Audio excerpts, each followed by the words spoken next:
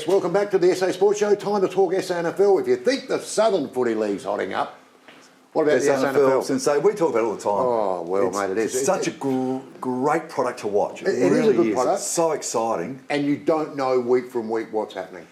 No. You know, that's the great part about it. But joining us, as he always does, Luke Marchioro from the SANFL.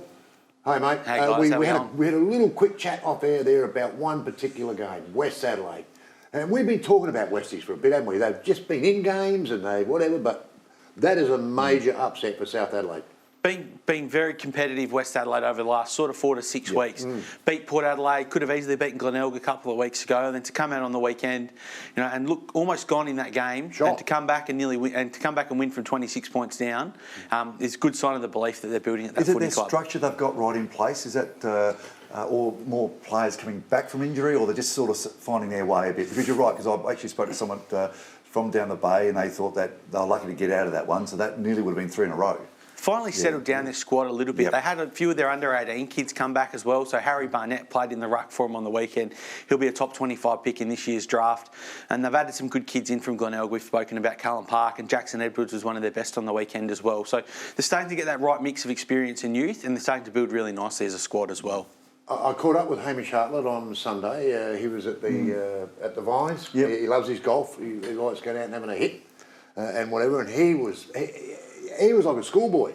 He really was. He was really up about that win because it was such a great win. I think they were something like 20-odd, 21 points, 22 points down. 26 points down, 4 minutes into the last quarter. There you go. Wow. To come back from that, it was at Richmond, admittedly, but South Adelaide had so much to play for, mate. That was the thing. And it's been the story of South season. They've been in games and had teams run over the top of them a little bit. The same thing happened at Centrals the other week. They were 20 points up in the last quarter of that game, and Centrals ran over the top and beat them by a point in that game as well. So I think they've lost 4 games by under 6 points this year, and it's probably going to cost them a spot in the finals at the end of the day. And it's nearly in concrete. When you talk about finals, you look at the top 5. You've got North, Adelaide, Norwood, Glenelg and Sturt, and then you've got a couple of games away, the Eagles. So it's pretty much in concrete. The Eagles play Sturt this week, so if there is an opportunity for the Eagles, they do have to win this week. Sturt finished with the Eagles and North Adelaide, so not a gimme in those last 2 games for Sturt.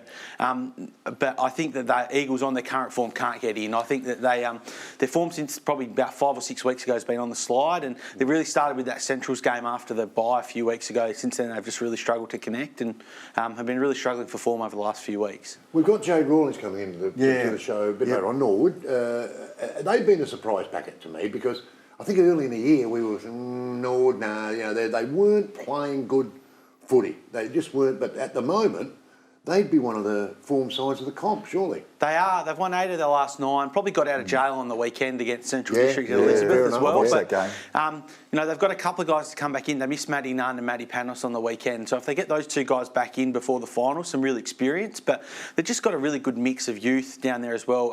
Nicholas Rokar, Jay Rantnell. They've found some more avenues to go. Baden Lau, McLean. They've got these guys that are giving them scoring options. They've always been very good defensively. So now they're building on that and they're finding different ways to win games. So last year, that's the type of game they probably would have lost. Centrals would have kicked that goal, beaten them, and they would have been right back in the pack. Now, they've probably set themselves up for a double chance in the last 2 rounds. What's the Panos story, mate? Because he's a key. He's a big key. So it's a hamstring. It's unrelated to the knee, which is probably not a bad thing. They've said sort of 2 to 3 weeks on the website, which is the same for Matty Nunn as well. So hopefully those 2 guys can get back for them, if not the first final, maybe the second final. But the way they're going, they're probably going to have a double chance, although... but they have won without these guys this year, and I think they're building that belief as a group as well. Yeah. Magpies, very disappointing start. It looked like they were pretty much out of it at quarter time. Certainly at half time. Probably what they don't need to hear is Koshi saying that we don't want Magpies in the SANFL going into, probably around that really need to get some respect. And the start was very disappointing. I think we've spoken a lot about their, with their squad and their talent, having not AFL listed players. That wasn't a talent thing on the weekend. That was just a hunger and a contest thing. They got smacked in contested footy clearances in the first 15 minutes of that game. It was 7-1 clearances, 7-1 inside 50s, and it was 4 goals to none after 12 or 13 minutes. And Sturt came out and just hammered them. Tom Lewis back off that spleen injury.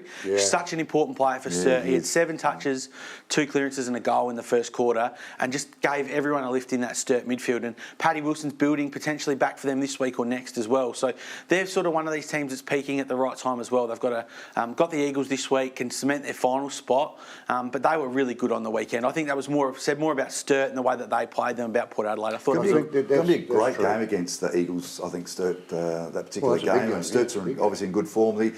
I mean, you look at the Crows. I mean, Matty Crouch, I think, thought 45 possessions. I mean, he's just a class above. You sort of take him out, all of a sudden the Eagles are probably on par when you look at the other stats across the sheet there on that particular game. So, be a big game for the Sturt Eagles.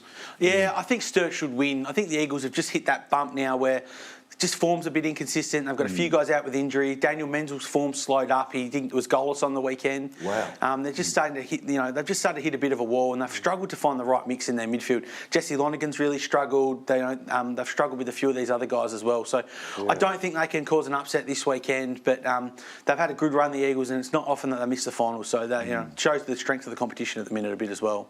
Where are the Bays? They're the ones, aren't they? I mean, it's not that they're getting knocked off, but they're getting belted a couple of times. That's unlike Glenelg at the moment, but that was a belting on the weekend. Yeah, again. You look at their form, and it's probably a bit patchy. I mean, they had that really good win against the Eagles, which we thought was probably, they beat the Eagles by 10 or 11 goals that day, which probably doesn't look as good now as what it did a few weeks ago. So they really struggled against South Adelaide, and they struggled against North Adelaide on the weekend. And the common thread is good ruckmen have beaten Glenelg this year. Yeah. Mitch Harvey was, he had 20 touches, 10 clearances, and 40-something hit-outs on the weekend. And Campbell Coombe and Aaron Young were the next two best players on the ground. So they're getting beaten in the ruck. They're not getting first use of their midfield, and they're really struggling. They're having to take McBean out, play him in the ruck, and they're trying all different sorts of things. So it's just not clicking for them at the minute. They've got 2 weeks to try and rectify it, but I don't know whether they've got it in them at the minute. Big on this Friday till tonight. On Friday's game was Nord Glenelg down at the Parade. That's a big game.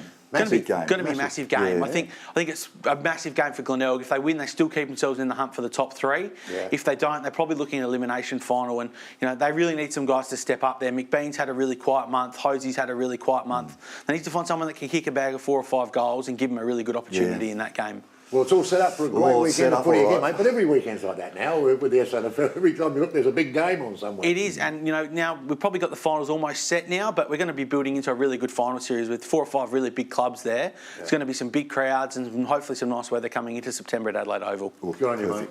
Thanks for joining us, Luke. Really appreciate it as usual, mate. It's a great season that looks like ending a massive season. So Cracker. We look forward to catching up with you again next week, mate. Thanks for coming in. The SANFL. A lot happening. We'll back soon.